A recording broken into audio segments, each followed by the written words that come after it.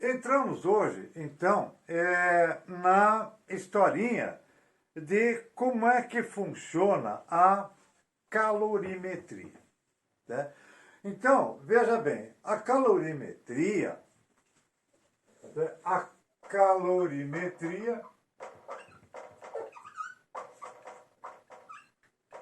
ela vai ter, então, algumas variáveis que são importantes, né? Então, quais são as variáveis importantes? Ora, eu tenho, então, a dita curva da potência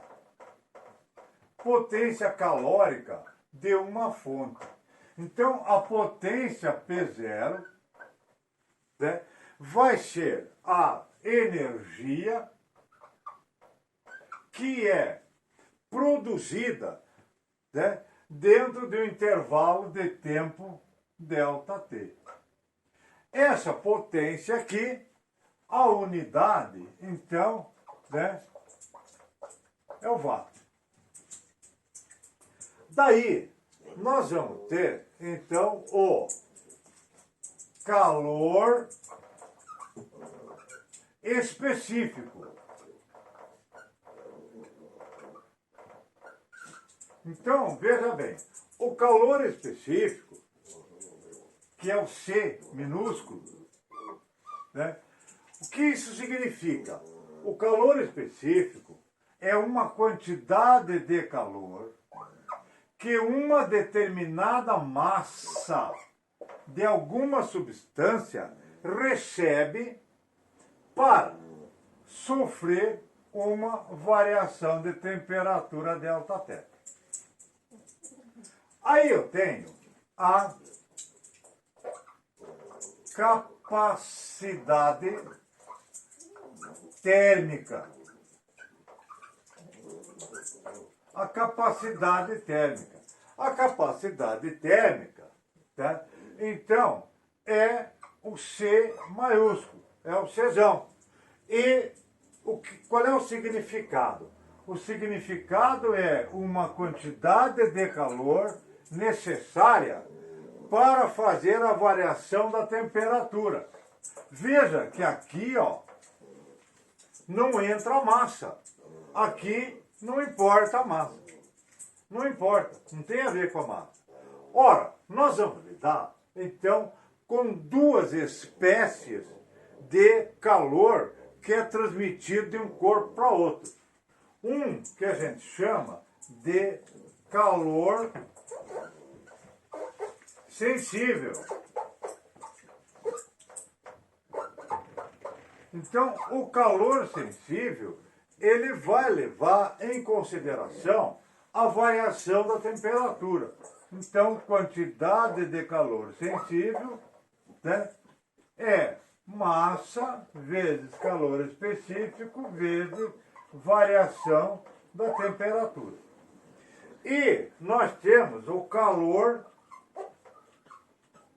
latente.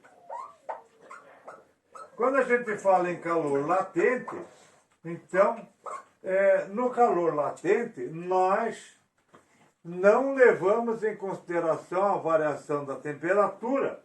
Por quê?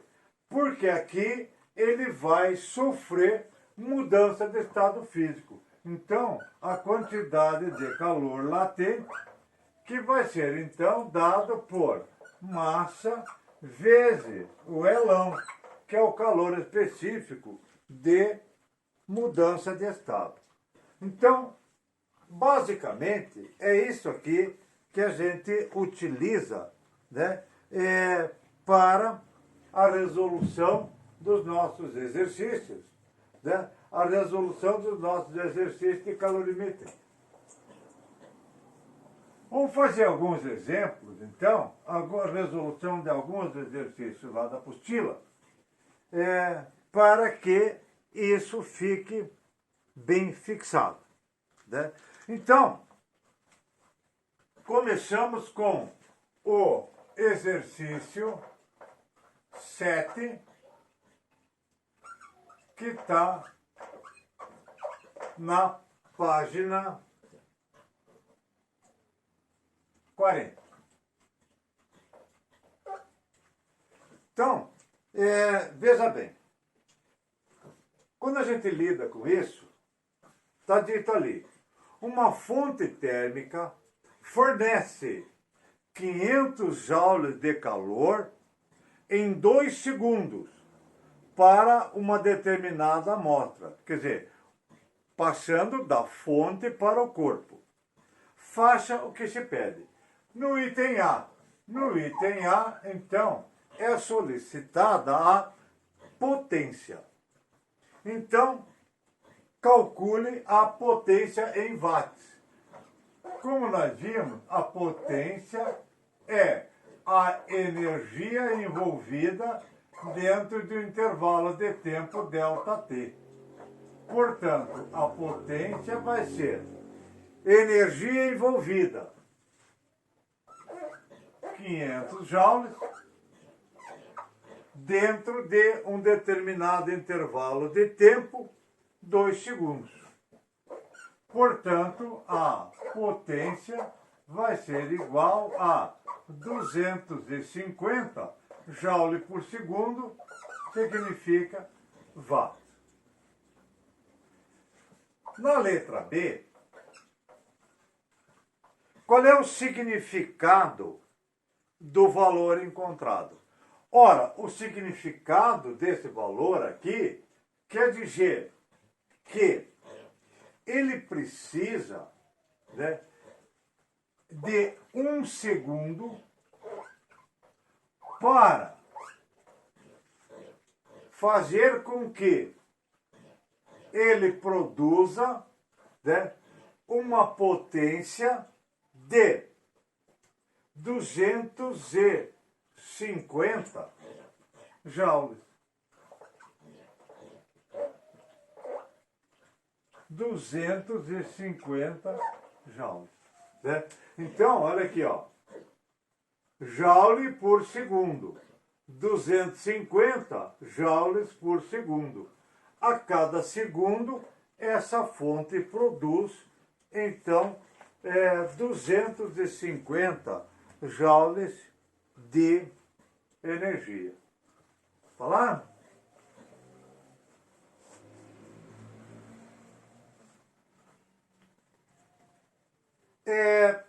Na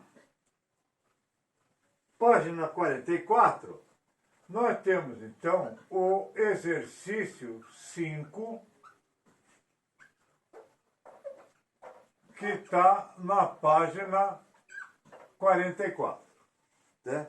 Exercício 5, na página 44. Então, diz assim, ó, um corpo de massa 200 gramas teve a sua temperatura aumentada 40 graus Celsius ao receber 4 kcal, 4 quilocalorias.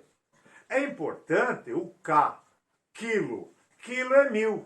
Então, 4 calorias corresponde a 4.000 calorias. Determine o calor específico desse corpo.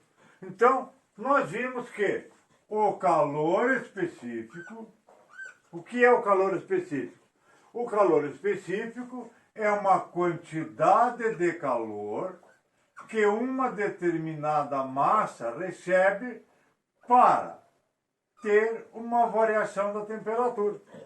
Então, é dessa maneira que a gente vai lidar. Então, calor específico vai ser quantidade de calor. Recebe 4 kcal, ou seja, 4 quilocalorias, ou seja, 4.000 calorias. Massa do corpo, 200 gramas. Variação da temperatura. Teve a sua temperatura aumentada 40 graus Celsius. Então, 40. Então, eu vou ter que o calor específico vai ser aqui. Então, ó, 1, 2, 3, 1, 2, 3. Corta esse com esse, aqui vai dar 1, vai dar 1. Então, eu vou ter aqui 1 dividido por 2. 1 dividido por 2, que vai dar 0,5. 0,5 o quê? Quantidade de calor, caloria, massa, grama, variação da temperatura, graus Celsius. Então, é dessa forma que a gente lida, então, com essa dita cuja do calor específico. Muito bem. Vamos ver, então, como é que acontece, então, quando uma determinada substância muda de estado físico.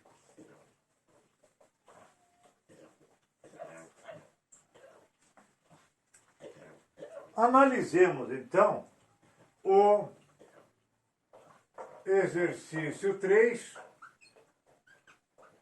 que está na página 50. Então, ali, o que diz?